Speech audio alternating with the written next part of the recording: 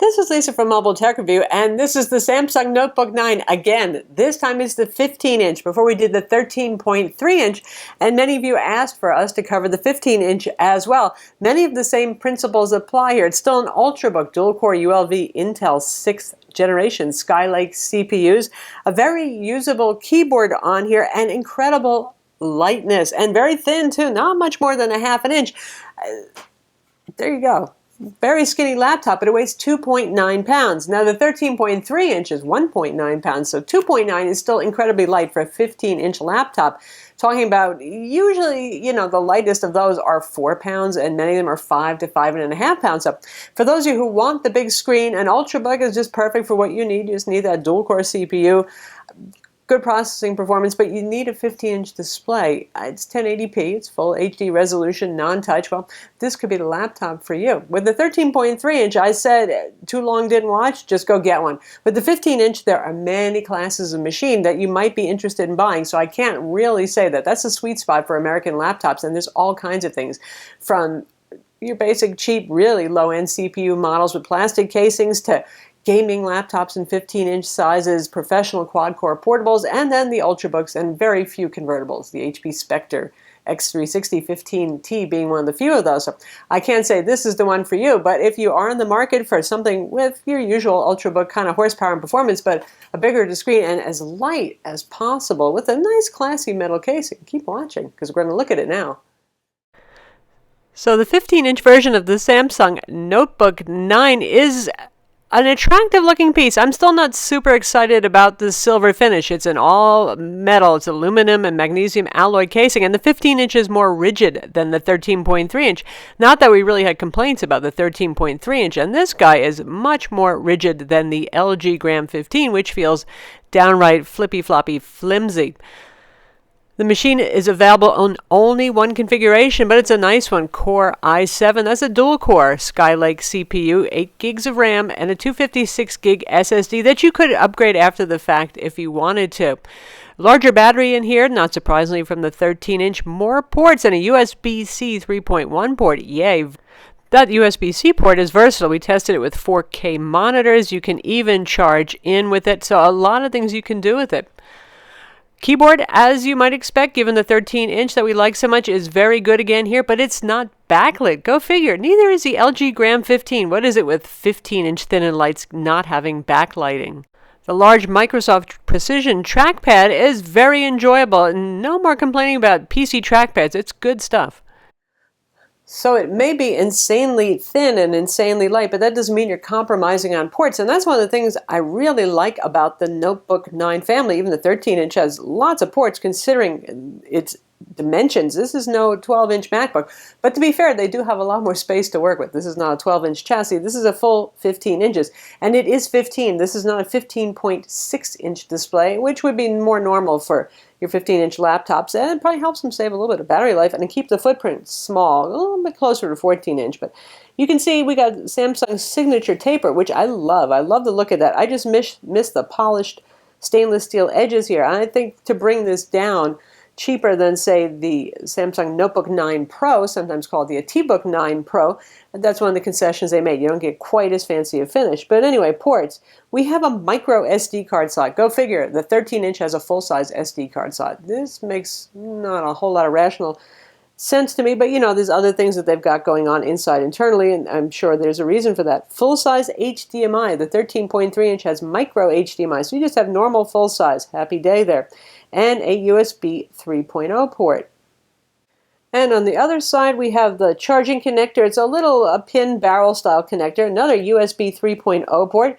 Your combo mic headphone jack right there. A USB-C 3.1 Gen 1 port. Yay! And it's not hobbled in any way. And it's less picky than the LG Gram 15, which didn't play with all peripherals nicely. This one supports display out, including you can just hook up a USB-C to DisplayPort adapter and drive a 4K monitor at 60 Hz if you want, or of course lower resolution displays too. There are multifunction hubs now to add more USB ports, to add Ethernet. There's all sorts of stuff. You can even charge this using a USB-C charger. Oh, happy day. And here we have a proprietary Ethernet port. Don't worry, the dongle adapter is included. So the Ethernet is actually built into the motherboard. It's Gigabit Realtek Ethernet there, and the dongle adapter is just basically a physical adapter so you can plug in the RJ45 cable. That means you're not using up a USB port for some USB Ethernet adapter. Again, good stuff there, Samsung. And looking at the underside, all metal again. This is aluminum magnesium alloy here. Very rigid. If you squeeze it, you can flex it a little bit. There's less flex here even than there was on the 13-inch model, and it is certainly not as flexy as the LG Gram 15. If you like the LG Gram, but that extreme flex kind of scared the daylights out of you, well, this one's rigid enough that it's just fine. Bottom is held on with several Phillips head screws that you can see here. All of them are visible. There's nothing hiding under the feet. You can take this off, and we'll show you a picture of the internals in a minute. If you needed to service the 39 watt-hour battery, you could. The M2 slot SSD actually hangs off the motherboard. Clever use of space, so they didn't have to enlarge the motherboard that's in this area too much. You could upgrade the SSD if you wanted. The Wi-Fi card's good. Intel 8260 Wi-Fi card is Wi-Fi AC with Bluetooth 4.1 2x2 antenna soldered onto the motherboard, just like the 13.3 inch. So you won't be upgrading that, but for most folks that's fine because that's a good card. You got your ventilation right here. And like the 13-inch, this one runs very cool and quiet. It's really hard to get the fans roaring on this. Now, if you're playing games, 3D games or something like that, you'll hear the fans. Not obnoxious, not screechy. All in all, we're pretty impressed with the cooling, considering you've got a full Core i7-6500U CPU inside of here.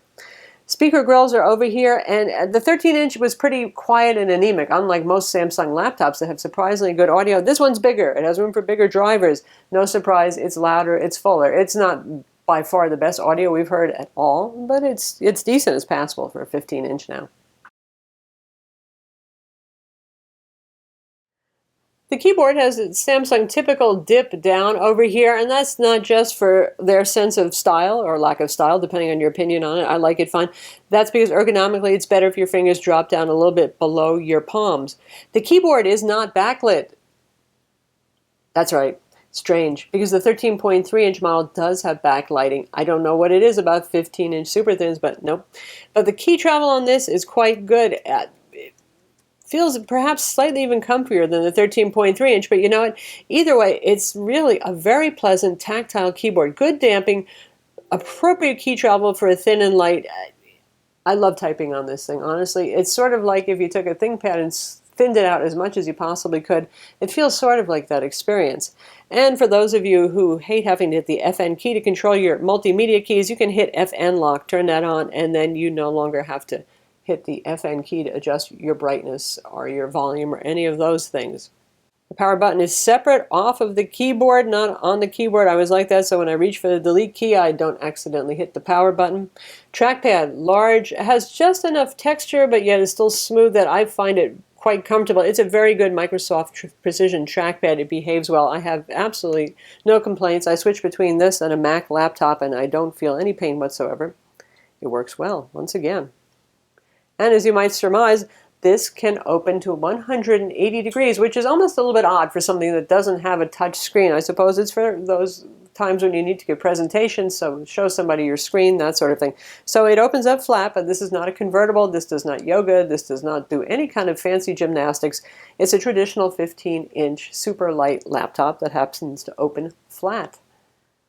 The display is exactly 15-inch, not 15.6. It's just 15-inch display. This is a Samsung PLS panel, which is an IPS-like panel in terms of viewing angles and general quality. And it's spec for spec. It's pretty much the same as the 13.3-inch. We have a bright display here, measured at 350 nits of brightness. That's quite bright. It's a glossy screen, but they do some tricks with the anti-reflective design of the thing. I don't know how they do it, but you know, it's not the usual thing where I can look at my teeth and see if I've left any pieces of corn on the cob in there or anything like that. It's not as reflective as normal, but it is still gloss, so there is some reflectance there. The matte non-touch displays that Samsung used of old seem to have sadly passed away for those who loved them. 99% of sRGB, 76% of Adobe RGB, which is very good. It's good for photo editing. Black levels slightly higher than the 13-inch, 0.41 versus 0.39. I don't think you could tell the difference, and that's what the display is set to max brightness.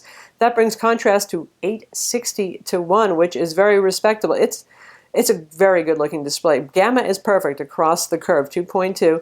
The hardware white balance is kind of high at 7300 Kelvin, which is typical for a lot of laptops. Ideal would be closer to 6600, and well, we're not going to get that here. But again, most laptops do veer towards being a little too cool, a little too blue, and color calibration can fix that. Samsung has several different color profiles available also. They have a little Samsung app tray right here with quick settings, whether you wanted to automatically boot when you open the lid, for example, network stuff, power management, including battery saver. If you go to the display, you can see we're on photo editing right now, and we can choose auto mode where it decides what's best, dynamic, which is sort of HDR-like high contrast, standard, goodness only knows what they think that means, sort of sRGB-ish, and reading, which softens contrast and yellows things out a bit. Not a bad thing to actually use at night. Again, this is an Intel 6th generation Skylake dual-core 15-watt Ultrabook CPU inside. It's a Core i7-6500U. So it's comparable with something like the Dell XPS 13. There are many dual-core laptops on the market. This is not the Dell XPS 15 with a quad-core CPU and dedicated graphics. This is not in the super oomphy category. You can't make something this thin and light currently and have that kind of hardware inside.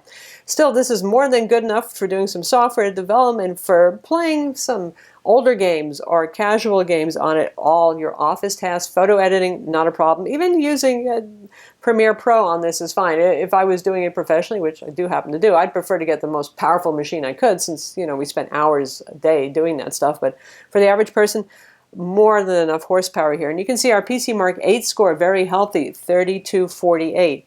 This has 8 gigs of RAM that's soldered on board. You can't upgrade it after the fact. If you're not okay with 8 gigs of RAM, this would not be your machine. But most people are, and that's pretty ample amount.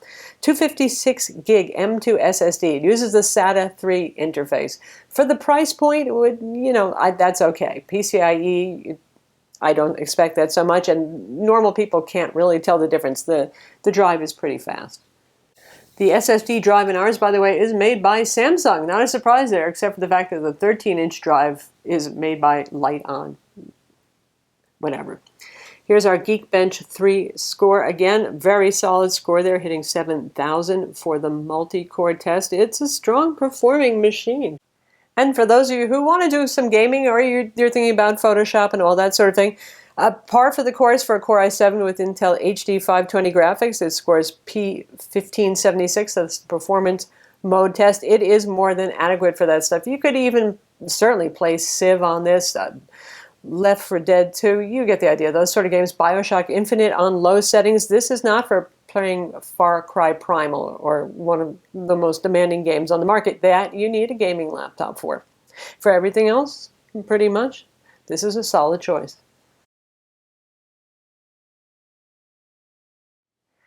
So how about the speakers? The 13.3-inch Notebook 9 had pretty thin and anemic sounding speakers, which is something we don't usually see from Samsung, but it was, 1.9 pounds, a half an inch thick. What could they do?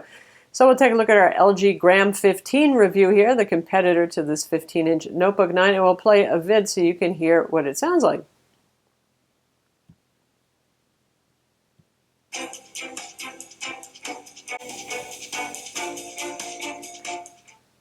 50% volume right now. Oh hey, this is Lisa from Mobile Tech Review, and this is the LG Gram 15, so named because it's lighter than a kilogram. For those of you who don't speak metric, this is 2.16 pounds. Crazy light, lighter than the Samsung. The volume is very acceptable on this. Still sounds a little bit thin. That's a casualty of the thin design. 1.5 watt times 2 stereo speakers inside, but it's not atrocious actually compared to other 15-inch laptops, but it's not among the best either. So if you're looking for audiophile quality speakers, you're not getting them here, but at least this is louder and a little bit fuller than the 13-inch model. So how about battery life? Thin and light laptops usually have crappy battery life. But as we saw from the 13.3-inch model of the Notebook 9, that doesn't have to be the case. It wasn't amazing, but you know, it could manage 6.5, 7 hours. The LG Gram 15, still a sore point. The Gram 15, among all the LG Gram laptops being the biggest, that one had the best battery life, but still not super good.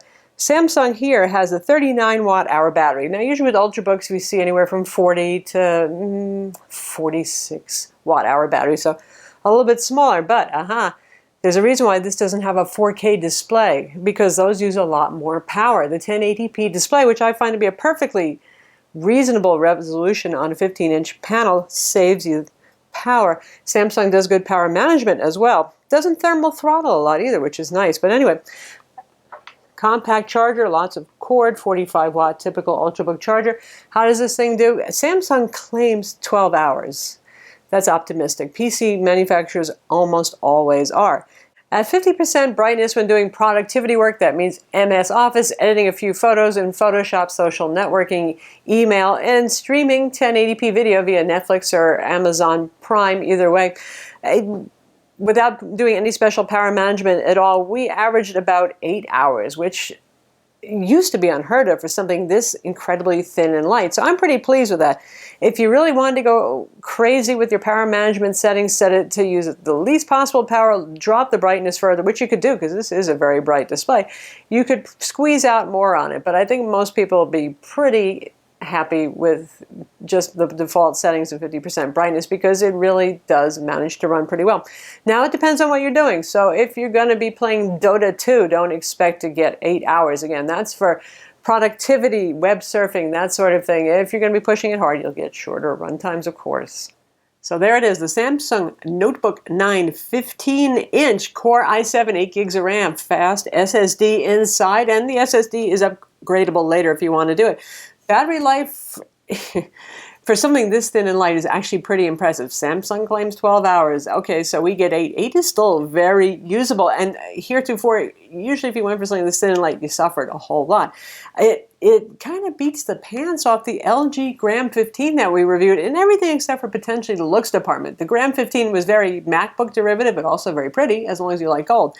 This guy here, though, has better battery life, a higher gamut display, much more rigid build quality, and a bit better keyboard too. So honestly, this is going to be cheaper than the LG Gram 15 too. For what you get for your money, this one's really not bad at all. In fact, it's my ultra portable 15-inch pick.